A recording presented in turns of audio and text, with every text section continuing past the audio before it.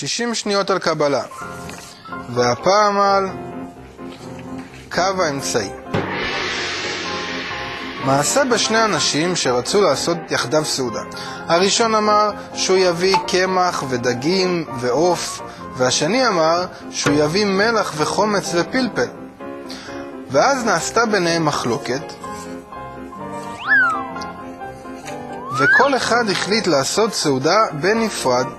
הראשון החליט לעשות סעודה רק עם עוף, דגים וקמח, והשני רק עם מלח, חומץ, פלפל ושאר תבלינים. אבל אי אפשר ליהנות לא מסעודה כזאת ולא מסעודה כזאת.